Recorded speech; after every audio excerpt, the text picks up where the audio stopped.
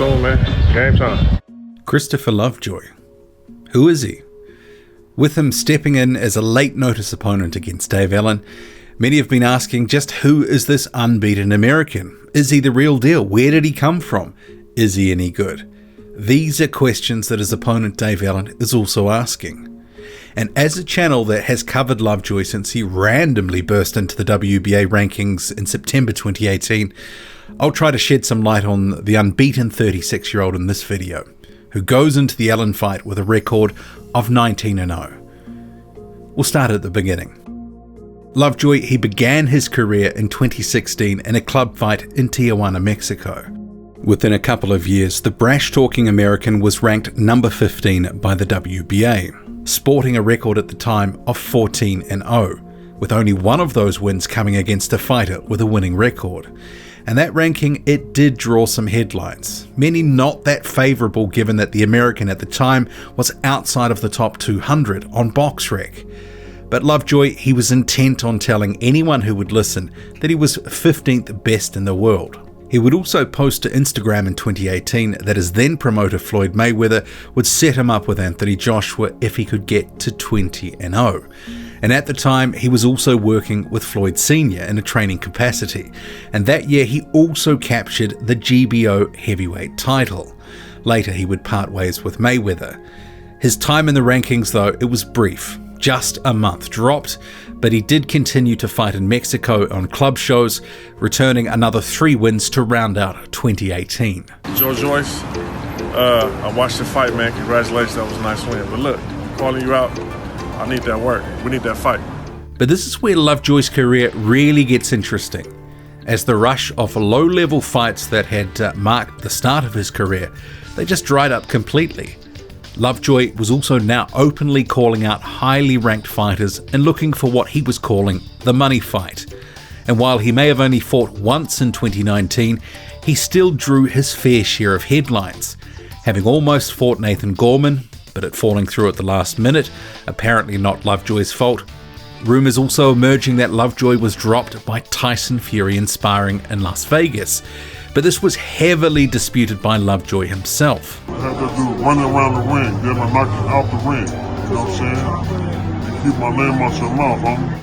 Lovejoy also started up a GoFundMe page for fans to help him out around the time that he did some jail time. But despite the inactivity, the WBA came calling again. It ranked Lovejoy in September 2019, this time slotting him at number 10.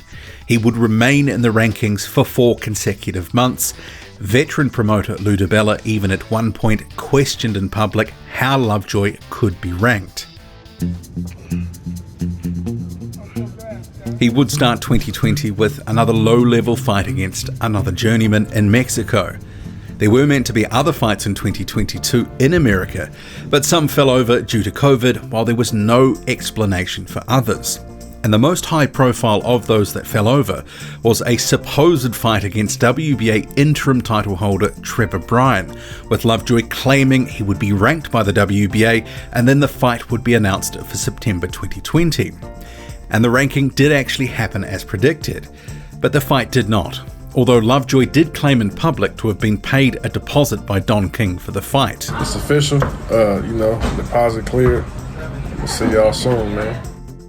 Even without that fight though, Lovejoy was somehow a WBA ranked fighter for the 3rd time, with a bloated 19-0 record and only having fought the one fighter with a winning record.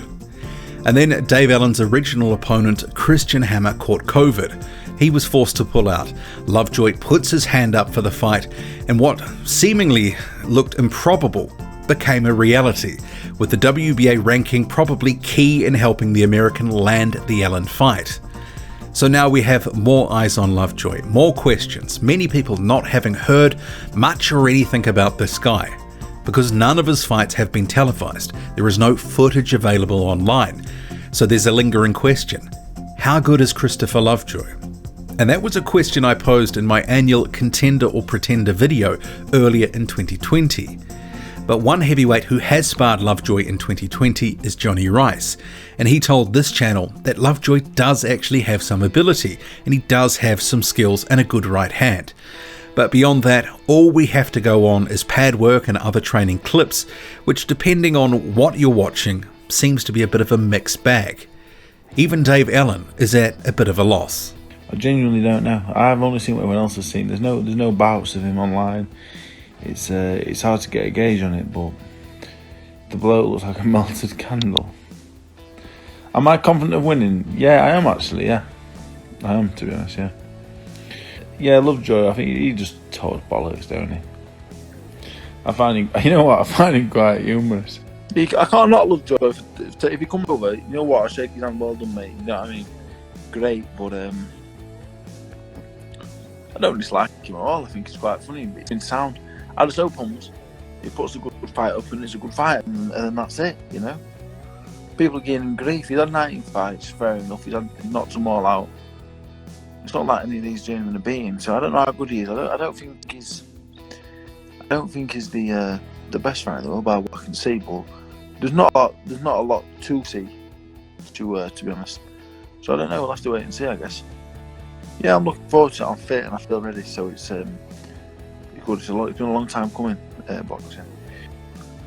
Game past 3 rounds, he'll be blind. I think he'll be blind after one. But so might I. Yeah, there's never been fighting. I don't know. Well, it's not a bad thing for him because I ain't got a clue what his style is. I don't really know anything, so I don't know. But a confident Christopher Lovejoy is embracing the attention he's getting for this fight, lapping it up on social media, engaging with fans, those who are even criticising him and making derogatory comments. He's loving it. And here is a smattering of his quotes from Instagram on how he thinks he'll perform. What it do? Let's get some of these questions. I had like 500 questions. I can't even really answer all of them, so I gotta just read them from off of here. Sean King say, I'm a boxer myself, been training for a while. I always like to ask other fighters, what motivates you? Well, the bag. We gotta get some money. You know what I'm saying? I gotta just keep going. I prayed on this. I've been waiting on this. So that's my proof. My faith's my proof. You know what I'm saying? So that's what keep me going. God. You know what I'm saying? All the people from all over the world be writing me, telling me to keep going. They've been following me. They've been watching me. They're hoping for me. They're praying for me. That's what keep me going. You know what I'm saying? People I don't even know all across the world telling me, keep going, man. You got it. That's what keep me going. Real talk. Definitely. I'm going to make them quit. Game time. Show time. Chow time. Fought about with a winning record. Man, you better check my resume. My third or fourth fight, I fought somebody who was 14-3. Stop playing with me, man. He never been knocked out. So what? I ain't never been to UK. And worry, I'm not worried about nothing. I'm out here. What's happening? Well, I don't know. I've been here before. It's nothing. I got a chin. It's called a boxer's chin. See? Boom, boom, boom, boom, boom. To knock this fool out and show everybody, one shot, get him, I ain't playing. I ain't playing no games. I'm here. Me and Eddie Hearn are beefing right now, so we're not talking. Anyway, you can bring me an outlet converter so my appliances can work. I really appreciate it, buddy. Thank you. Christopher, I've got your message. I'm only bringing one thing for you to the bubble. And it's this. You fat pussy. Given Lovejoy has spoken about being close to 350 pounds heading into this fight, perhaps we shouldn't expect this fight to go too many rounds. The likely outcome could either be Lovejoy swings for the fences and gasses out and is taken out, or somehow he manages to defeat Dave Allen's durability and stop him, something that no one else has managed to do so far in the early rounds. And there is an argument to say that this fight is more of an oddity and a curiosity due to the known unknowns about Lovejoy. But one thing will be clear after this fight.